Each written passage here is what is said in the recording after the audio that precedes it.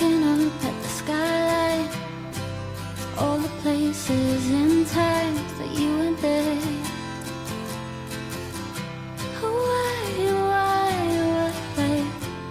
Go a little further. Give a little love.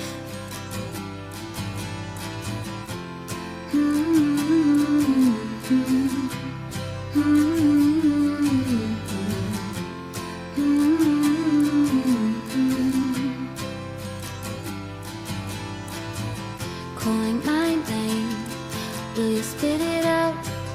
Nothing left here but the blame and deceit you're wearing, and the pain and defeat we're sharing. You could be what I want. You could be what I need. What I need. Once more with feeling, I know it's in there somewhere.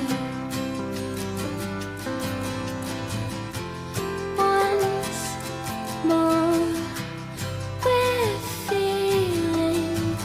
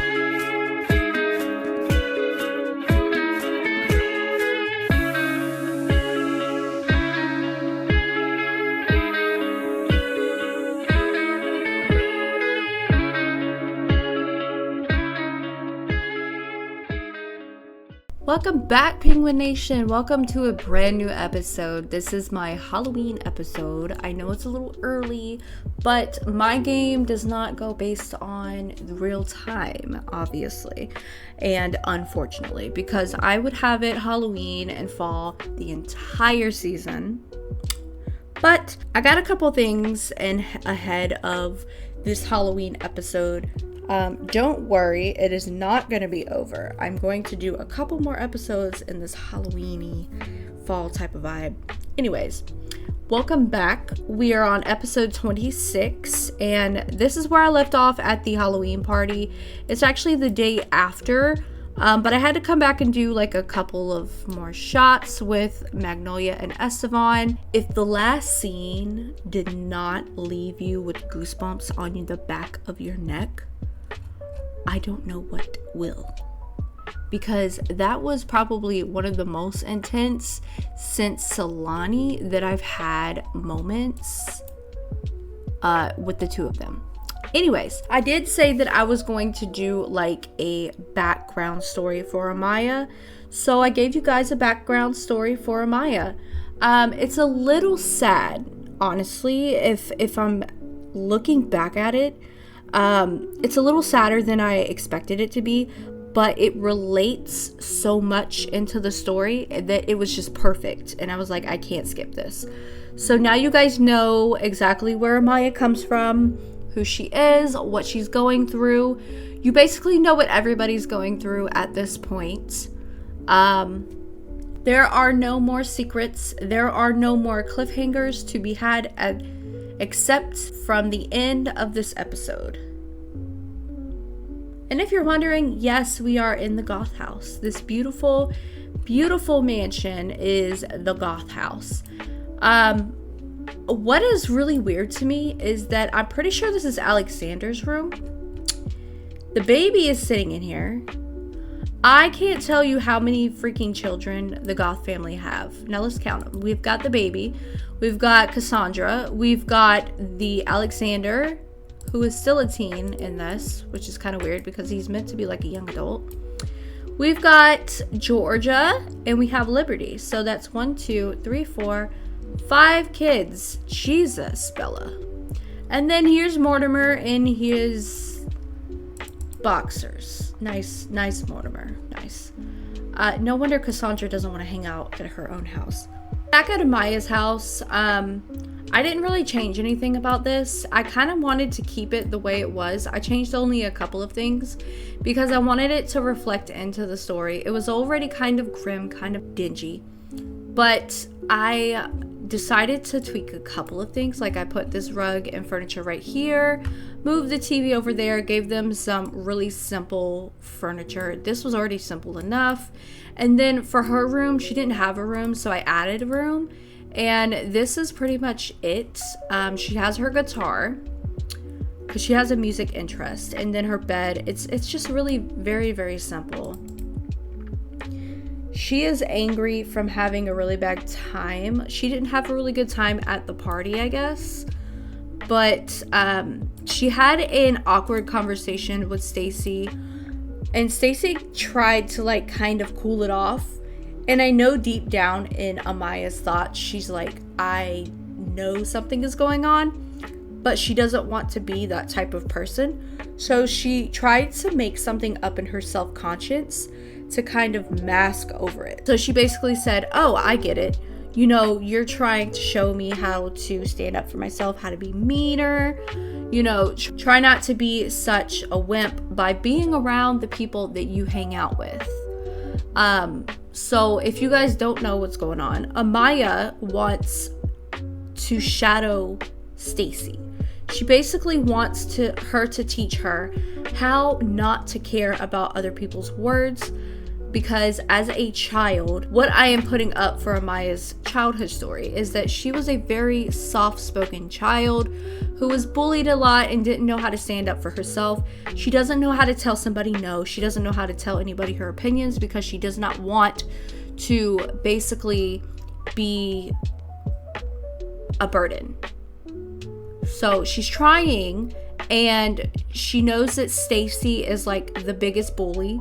and like the biggest hotshot in the school. So she wants to be more like Stacy. And she thinks of herself more as an analogy to Stacy than she would to anybody else. And right now in my game, it does say that it is Monday night into Tuesday. We do have a school day, obviously, but Esteban did want to meet Magnolia in the park for like, he came up with this elaborate plan to woo Magnolia in the park, in Magnolia Park, with a date. So I'm going to concoct a little picnic date and try to decorate it as best as I can. But I'm going to pretend it's a Friday night, you know, because they still are teens. And I'm going to play it all week until Friday so that we can have Friday night. Because I'm trying to move this along. I've got like 2 weeks left until Harvest Fest. And I want to include Harvest Fest in one of my episodes. Probably the next episode, but definitely not prank day. But yeah, that's pretty much it, guys. If you have any ideas, if you have any comments about Amiyah's background, about the date and how it should go, please leave it in the comment section below. And if you aren't part of the Penguin Nation, think about joining the Penguin Nation. You guys have been such a big inspiration in my Sims 4 journey, and I really, really appreciate you guys to the tier.